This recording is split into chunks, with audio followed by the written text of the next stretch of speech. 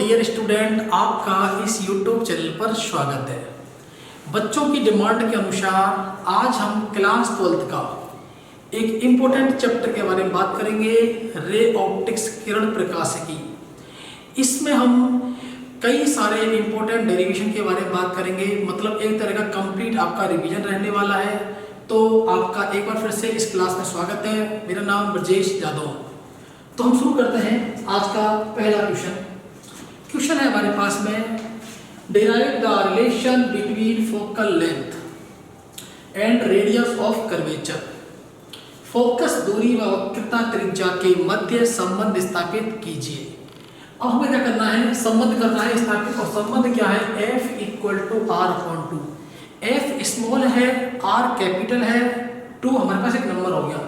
अब सबसे पहले तो आपको पता होना चाहिए जो F है वो F क्या है। F है फोकल लेंथ, R है रेडियस ऑफ कर्वेचर। ठीक है, मैं शुरू करता हूं इसका डेरिवेशन।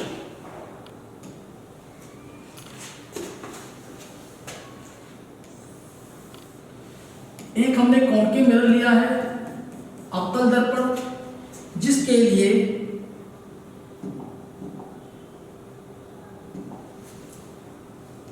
यहां हमने बनाया हुआ है मुख्य अक्ष, प्रिंसिपल एक्सिस, जिसपे बिंदु लिया हुआ है P, जिसको कहते हैं पोल। फिर यहां पर एक हमने सेंटर पॉइंट लिया है, दोनों से थोड़ा सा दूर, ये हो जाएगा आपका फोकस पॉइंट, और यहां पर हो जाएगा सेंटर ऑफ कर्वेचर, वक्रता केंद्र। अब यहां से एक लाइट हम सीधी इंसिडेंट करते हैं, ये इंसिडेंट लाइट रे है जो जाकर मिरर पर अटैक करती है। इसका नाम हमने किया AE। जब कोई भी लाइट रे मिरर पर अटैक करती है, दर्पण पर पहुंचती है, तो वहां से उसका परावर्तन होता है, दैट मींस रिफ्लेक्शन होता है। और जब उसका रिफ्लेक्शन होगा तो फोकस से पास होगी, तो ये पास होती है आपकी फोकस से, फोकस से पास होगी इस प्रकार से। और अब इसका बनाना पड़ेगा अपन को नॉर्मल। ये इंसिडेंट हो गया और ये हो गई रिफ्लेक्टेड, आपतित किरण, परावर्तित किरण, और इन दोनों के बीच में एक रे और बनेगी, एक नॉर्मल बनेगा जो डॉट डॉट करके बनता है। उस नॉर्मल के बारे में आपको बता देता हूं मैं, इस तरीके से नॉर्मल बनेगा।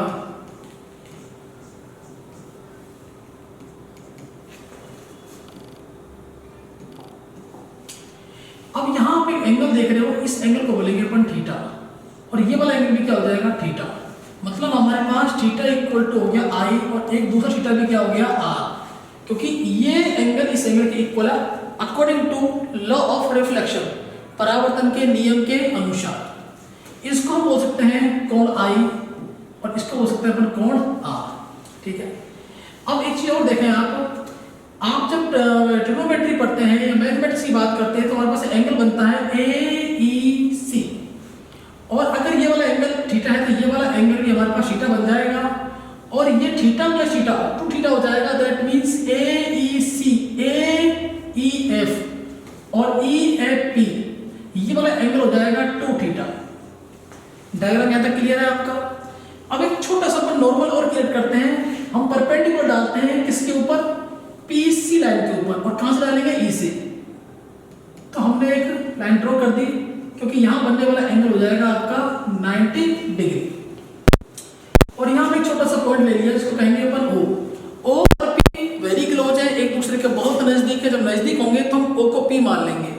अब चलते हैं हम डेरिवेशन की तरफ, कुछ डिस्टेंस और देख लेते हैं। इसमें P से F की डिस्टेंस होती है डियर स्टूडेंट स्मॉल है, जिसको अपन माइनस में लिखेंगे। अकॉर्डिंग टू साइन कन्वेंशन इधर वाली डिस्टेंस आपकी माइनस में आएगी, उधर वाली प्लस में आएगी। इसी तरह ये वाली डिस्टेंस ले लेते हैं, ये आपकी आ जाएगी -R। हम शुरू करते हैं डेरिवेशन। यहां से सबसे पहले आपको क्या ध्यान रखना है, हम जो चीज इक्वल हो रही है एंगल, उसके बारे में बात कर लेते हैं। तो इक्वल क्या क्या होता है, तो सबसे पहले मैं लेता हूं एंगल AEC इक्वल है, एंगल AEC किसके इक्वल है, FEC के, I = R। ठीक है, एंगल AEC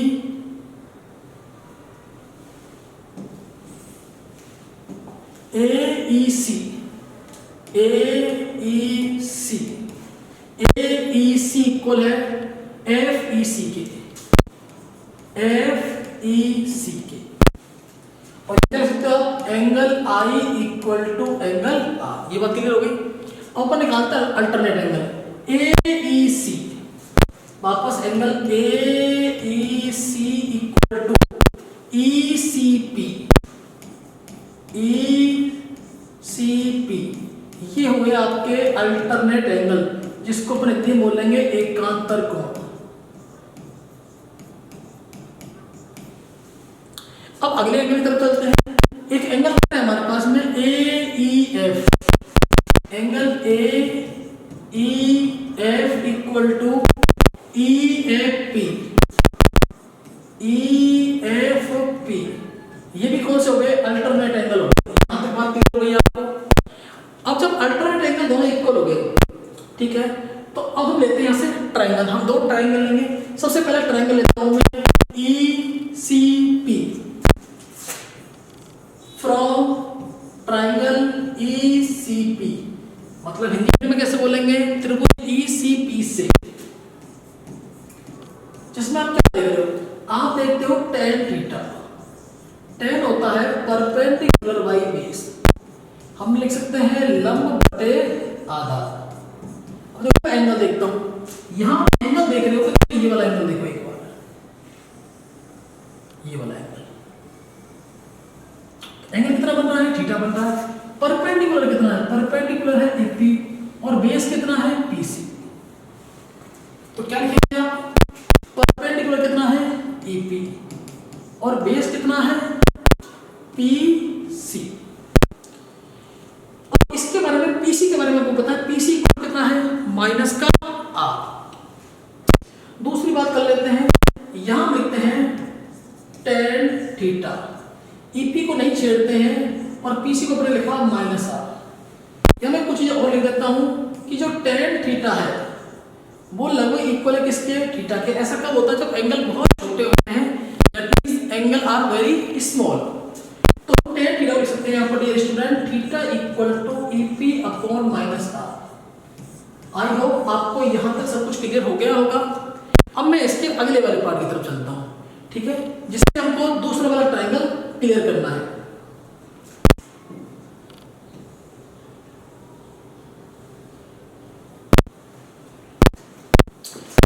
दूसरा ट्रायंगल ले लेते हैं। Triangle from triangle EFP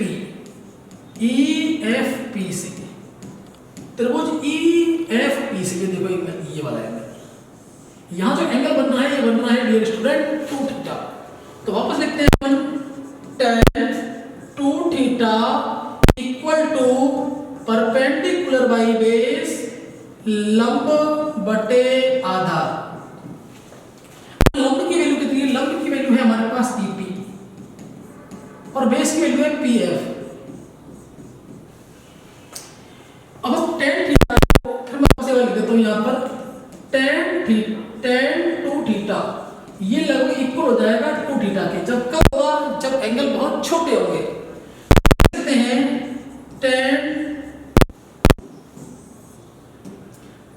theta, tan 2 theta को मैंने लिखा 2 थीटा, तो बनेगा 2 थीटा इक्वल टू EP। अब EP और दूसरी चीज नीचे PF डिवाइड है डिनोमिनेटर में। PF की वैल्यू होती है माइनस का F, तो यह हो जाएगा माइनस का F। अब आपके पास कितनी इक्वेशन हो गई? आपके पास हो गई 2 इक्वेशन। पहली इक्वेशन में EP अपॉन माइनस R और सेकंड इक्वेशन है EP अपॉन माइनस F। अब इक्वेशन फर्स्ट में जो वैल्यू है थीटा की, उसको आप पुट करोगे इक्वेशन सेकंड में। तो मैं वैल्यू पुट कर देता हूं एक बार।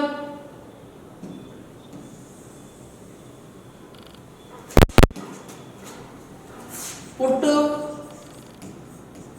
द वैल्यू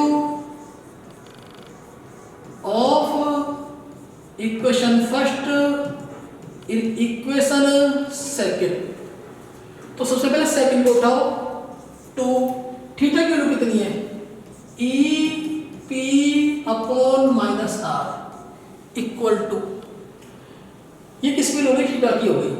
अब इक्वल टू में क्या रखोगे? जो 2 थीटा की इक्वल में उस पूरे वो यहाँ रख देंगे। समझ में आया आपको? 2 की वैल्यू मैंने 2 रख दी, थीटा की वैल्यू मेरे पास है EP upon minus R equal to में EP अपॉन माइनस है। अब क्या करेंगे यहां से आप, यहां से आप EP से EP को कैंसिल कर देंगे, माइनस से माइनस कैंसिल हो जाएगा, तो बचेगा क्या हमारे पास रिजल्टेंट में 2 upon R equal to 1 upon F. Cross multiply कर लेंगे आप, 2 का जब f से मल्टीप्लाई होगा तो हो जाएगा 2f इक्वल टू हो जाएगा r और f इक्वल टू हो जाएगा r अपॉन 2। डेरिवेशन इंपॉर्टेंट है इसलिए मैंने बताया, न्यूमेरिकल का भी आप ध्यान रखना। अगर मान लो कोई न्यूमेरिकल आता है, क्वेश्चन आया न्यूमेरिकल में, क्वेश्चन आया न्यूमेरिकल में और आपसे बोल दिया गया कि आपको आपका रेडियस r दिया हुआ है 20 सेंटीमीटर, ठीक है, और आपसे f पूछ लेता है। क्वेश्चन मार्क का मतलब है यहाँ पर पूछा गया है f, तो आप पहली बात के लिए याद रखें, अगर मान लेते हैं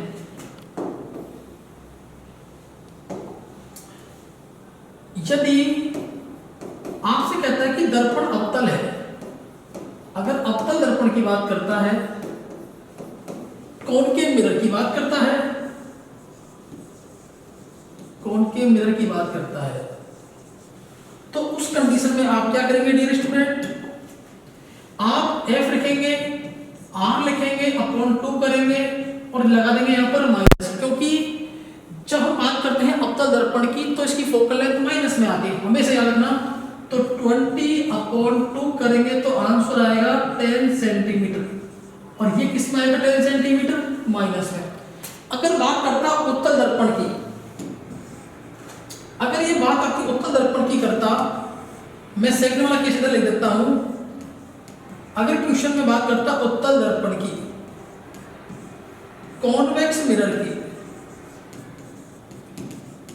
कॉन्वेक्स मिरर वाले केस में कुछ नहीं करना है, f equal to r upon 2 लिखे, r की वैल्यू पुट कर दें 20 अपॉन 2, क्योंकि ये प्लस में आती है और इसकी वैल्यू लगाना, यूनिट लगाना नहीं भूले।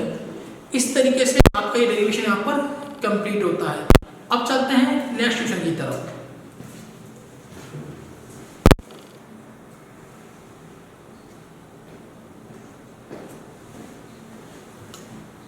स्टॉप कैसे हो गए? अरे वो मैं कर दूंगा।